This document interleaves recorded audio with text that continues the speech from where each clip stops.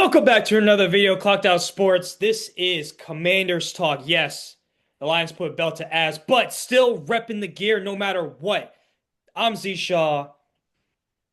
I'm John. Well, thanks for having me back, Z. Always good to have you. John, as of right now, you and I have that last video last week, the Commanders video, most popular view so far. So let's keep the hype and the momentum going. Let's talk Joe Witt. He got demoted and DQ is taking over play calling. John, what does that mean for Joe Witt's future? It doesn't look too good. I think it should have happened a long time ago. Four straight losses by 21 points. Seems like if I was that poor at my job, I think I would have already been fired. So I think it definitely was a long time coming, but I'm not sure if much is going to change if he's still in the building necessarily. I think if you fire somebody that seems to fire up the guys, like, oh crap, that guy just got fired, like we got to play harder.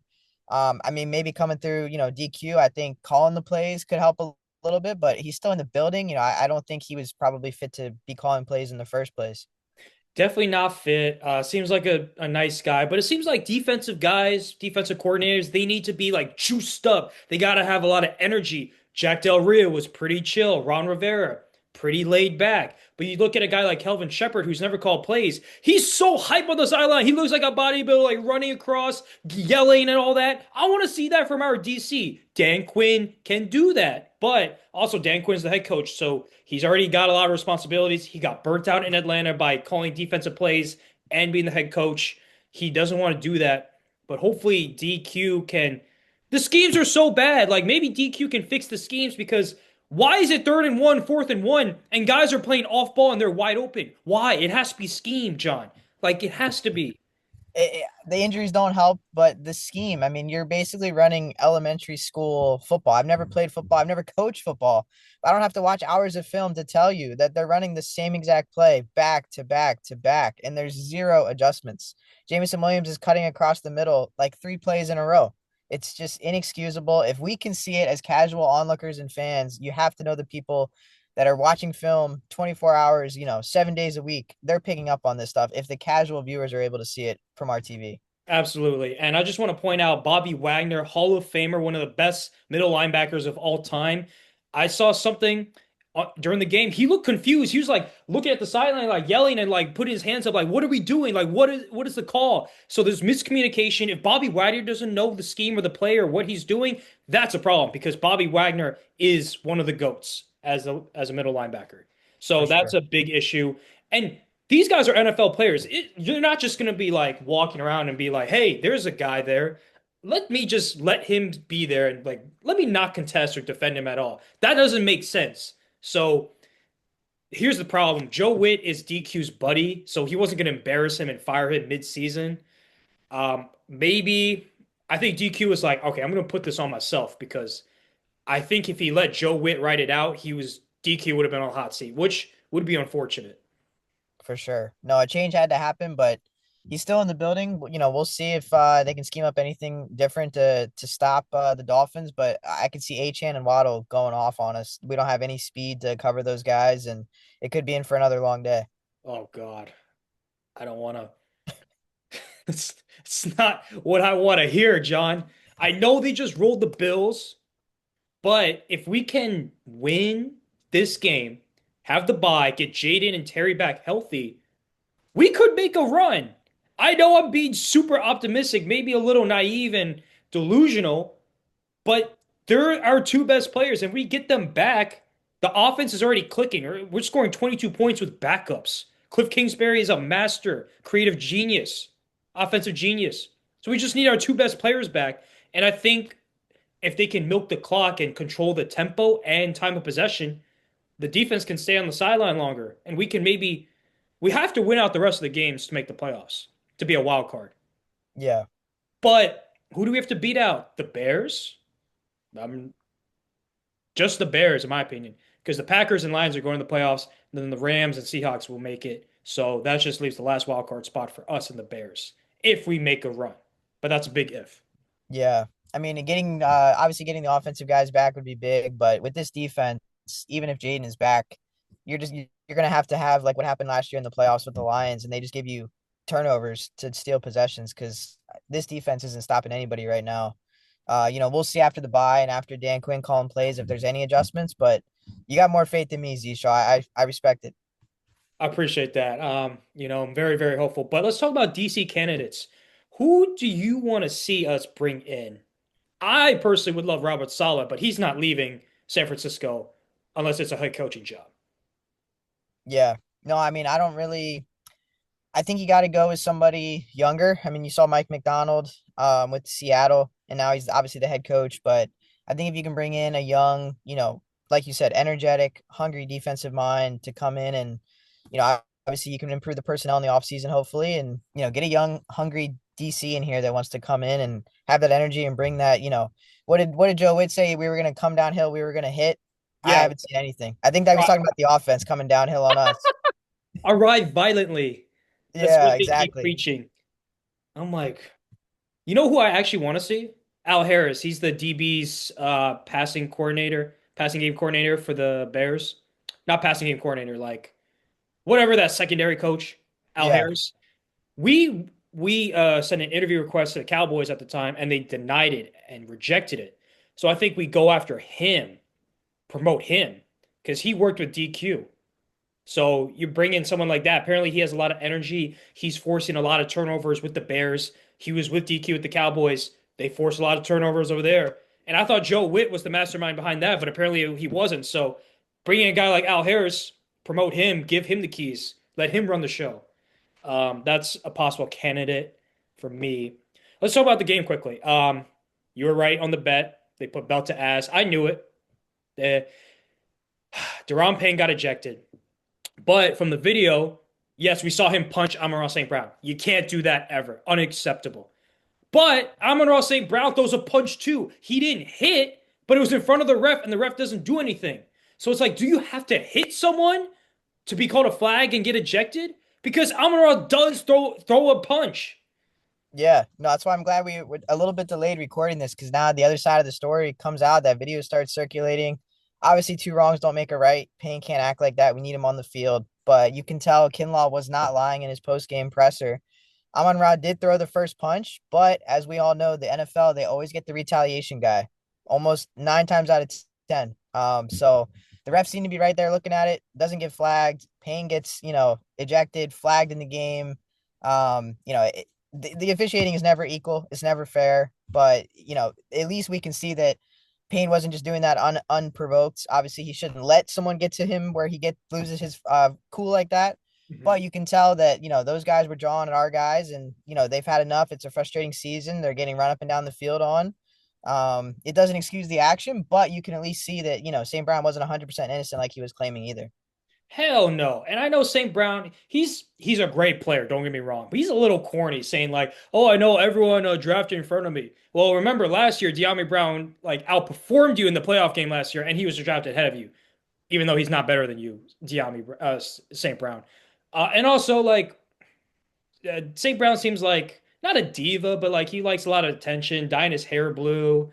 I watched the documentaries, the QB documentary, Jared Goff. He's in it a little bit, the wide receiver one. He just seems like a lot of like, look at me. He has a lot of ego. So, and he's a competitor. He talks a lot of shit, which I love to see. But also, he's not 100% innocent at all. Um, Apparently, the Lions players were talking a lot of shit. So, and I can understand. We put belt to ass on their home turf. That was their Super Bowl year, barring injuries. But so a fan, if you saw the video, a fan was jawing at the long snapper, the Lions long snapper, and he tried to run on the field. Like, bro, even if you get to him, he's gonna kill you, bro. That's still an NFL player. Like, don't think he's sweet, bro. Yeah, no, that was just another, I don't even know what to say. It's just embarrassing. I've never seen someone drawing with a long snapper either. That was kind of a first for me. Normally they're just there. They come on the field for what, maybe 6, 10 plays a game. So no, that was just kind of funny. I'd never seen a long snapper in any type of news. Besides Cameron Cheeseman when we drafted him and wasted a draft pick on a long snapper. But Or yeah, we traded up for a long snapper. Don't that's forget even that. worse. Yeah, Ron Rivera, draft genius, man. yeah, But listen, like the long snapper's probably pissed from last year. The fan was pissed at how the year's going. So a lot of animosity. As a fan, don't do that, bro. Even if you Yeah, get to him, you're gonna die. If he punches you or hits you, you might die, bro. Like he's still an NFL player. Like let's be smart, people. Like for real. Um, so yeah, I expected that. Dan Campbell did not. So Dan Campbell called plays. He did not look like he wanted to murder us. I bet he told the team that in the pregame speech. But on the sideline, he looked pretty chill. Like I thought he would have a murderous look in his eye, but he didn't. He was calling plays. yeah. I think anyone can call plays on this defense. So I think it'll be a little bit harder for him this week. But to put it in perspective, Z, Dan Campbell is head coach of a 5-3 team. His offense was ranked, I believe it was ninth in the league offensively, and he took over play calling duties. And it took Dan Quinn, what were we, 3-6 at the time of the game. It took him four straight losses or by like 21 points to make a change. And Dan Campbell's 5-3, ninth best offense, and he's making a change there. So it just kind of shows maybe the loyalty that Quinn had with Witt, where you hang on a little bit too long and don't make that change sooner. So that bears the question. Nice segue. Do we obviously give DQ another year, but do you think DQ is the guy moving forward, or do we promote Cliff and like look for a young offensive coach? It's a great question. I think you still have to give Quinn credit for changing that culture last year. Obviously, leaving the Dan Snyder regime and the era, we needed a culture shift right away.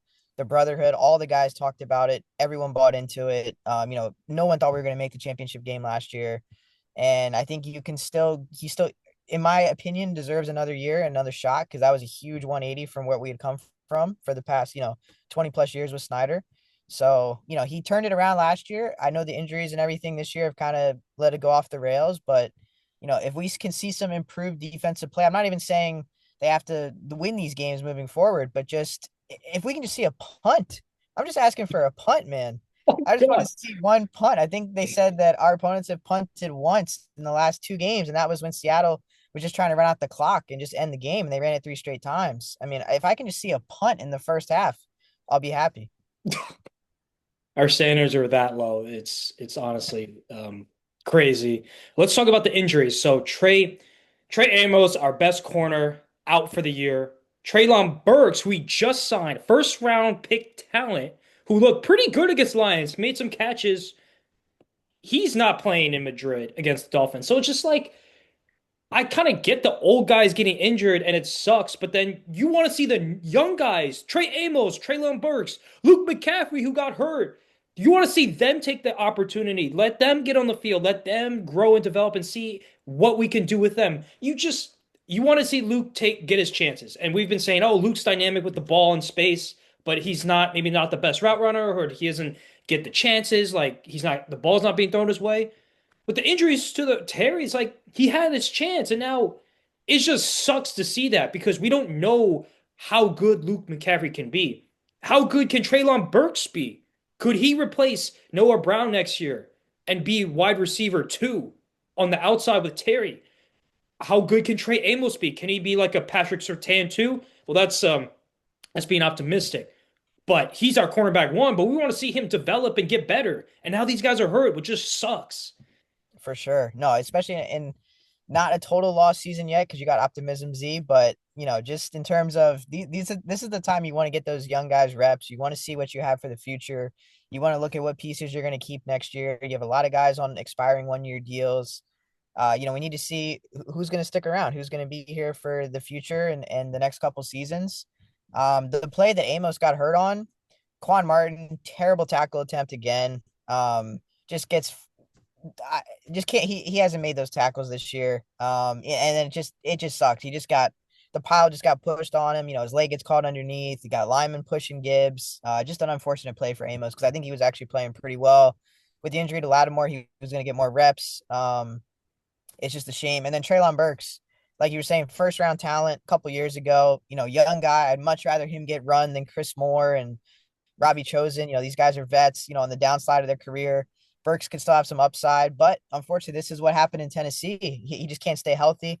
I know it was a finger injury. Hopefully, it's nothing long term, and you can get him back in a couple weeks. But yeah, you need to see these young guys need to get the reps now. And same thing, Luke McCaffrey. He was actually doing really well on kick returns this year. I think he might have been leading the league at one point in kickoff return yardage. Hmm. So that was probably the one bright spot of the team kind of this year has been special teams. Besides Matt Gay, I know he's missed some kicks early, but kickoff return, we've been doing really well. Jalen Lane had a punt return touchdown against the Raiders, I believe, earlier this season. Special teams have been kind of a bright spot consistently throughout the year. It's a shame to see McCaffrey go down. First play of the game too, that game. I mean, if we didn't Awful. have, yeah, I mean, we're paying for all of the good fortune we had last year with, staying relatively healthy. So yeah, it's just a shame to see those young guys go down. Absolutely. Look, we covered all the topics, but let's talk a little. We got to look to the offseason too, because even though I'm very optimistic if we can get Terry and Jaden back, but that's a big if. And the defenses, we still have a lot of injuries, so we're definitely not winning. I'm being realistic. We're probably not winning more than 2 or 3 games the rest of the season. But let's talk about free agency. Jalen Phillips, I already mentioned last week to you.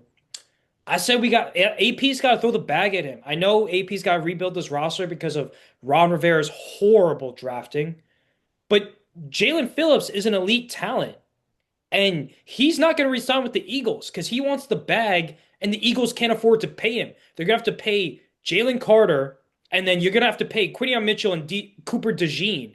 So, and the Eagles are already paying a lot of people on offense. So that leaves Jalen Phillips a free agent.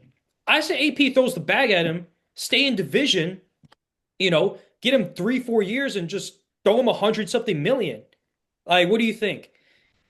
No, I would agree. You already saw him make an impact Monday night game against the Packers. You need a playmaking defensive end. I think he's kind of a hybrid. He can kind of play a little bit linebacker. They can play him on the end to rush the quarterback. I mean, you need those playmaking guys. Losing our two starting defensive ends basically for the season. I mean, Armstrong was having a pretty good year. Dorrance Armstrong, I think he was leading the team in sacks at the time he goes out. He had 5.5 sacks, I believe. Losing Dietrich Wise, losing your two starting ends, you can see how much these teams are running off tackle on us. They're avoiding Payne and Kinlaw up the middle. You need those defensive ends and outside linebackers that can make a difference. Luvu was that guy for us last year. I know he's had some struggles this year. I think I've seen him in coverage a little bit more than I would like this year too, which could be scheme, could be That's wit. definitely scheme because why is Lubu Yeah, dropping back, bro? Just yeah, blitz. Use for him as a sure. blitzer. Um, you gotta throw the bag at Jalen Phillips. Unfortunately, Bobby Wagner's probably out too, so hopefully McGee can step in and be that middle linebacker. We don't have to draft or sign someone else. I would love to see McGee and Madrano. We drafted Madrano. Apparently, they're fast and twitchy. Like AP loves these extremely athletic dudes in the draft. And so we got to coach these guys up, man. We got to get these guys on the field. And I love how Sinnott caught a touchdown. You got to see that confidence, see more momentum. And it was more scheme, but still, it builds his confidence, gets him going. Like I want to see more Sinnott moving Yeah. forward. Yeah. I mean, he's only getting older. He's had more drops this season. I don't remember him dropping really any big passes last year. Everything just kind of stuck when it hit his hands. I've seen him drop more this year. He's only getting older. Bates is a great blocking tight end, but we've heard a lot about Sinnott for the last couple of years, and now's a perfect time to give the guy more routes and more targets and see what he can do with the ball in his hands. Absolutely. Let's talk about the game. So hopefully this is not your bet of the week. We're going to Madrid.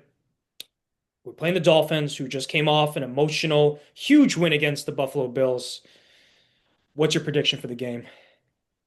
I don't have much confidence just because of the defense. I do think when you're struggling like this, I know Dan Quinn talked about it. You're facing adversity, kind of sticking together and traveling, outside of the states, and it's a cool experience. I think that probably inspires them to play maybe a little bit harder. You're in a new environment. It's different. It's a once in a life, once a season experience. For some of those guys, it could be the only time they played a national game. You just never know how the schedule is going to fall. I think the Commanders keep it a closer than what we've done in the last couple of weeks. I do think we see a first half punt. I'm hoping I see a punt in the first half. Like, Also, because Jalen Lane's speed, he was brought in to be the returner. We saw him have a punt return touchdown against the Raiders, and it changed that game and that momentum. The special team scorers can do a lot. We saw the Jets basically zero offense win a game last weekend because they had two return touchdowns. So but if you don't even force a punt, you don't get to see the ball in the speedster playmaker's hands like that to potentially make a game changing play, get a short field on offense. I think the game is closer. I think Mariota is a serviceable, quarterback. I think he can still move the ball with this offense. We saw some strides last week against Detroit with the offense moving the ball, but I still think Miami probably gets to something like 30-26, somewhere in that range. Ooh, high scoring game. As always, our defense is probably going to let up a lot of points. Um, I'm Yeah. I'm thinking the same way. I'm gonna think we're gonna win last second field goal because morale is seriously down. We've gotten our ass busted for 4 games in a row by at least 20 points. That's not good. That's fucking trash, and I know that, and we're admitting that. We have to play better. DQ's a defensive mastermind. Legion of Boom, then the Cowboys. Uh, I know as a head coach, the Falcons didn't have a good defense. But gotta have faith in DQ. Gotta have faith in the guy. He knows what he's doing. Maybe he can put guys in better positions to succeed, to play better coverage, to at least be in position to at least tip the ball away, like do something. I think he'll be better. Mariota, Bill. Hopefully, Bill goes off against the Dolphins. Dolphins don't have a good defense. They don't have a good No. defense. So we're gonna score at least 20 points. Cliff can scheme that up. I'm gonna say we win by a field goal. I'm gonna say 24-21 Washington for that game. Hopefully we can create some turnovers too. What else? What else? I'm kind of I blanking. was gonna say, no, I was just gonna say, I don't know if you remember the last international game the Commanders played.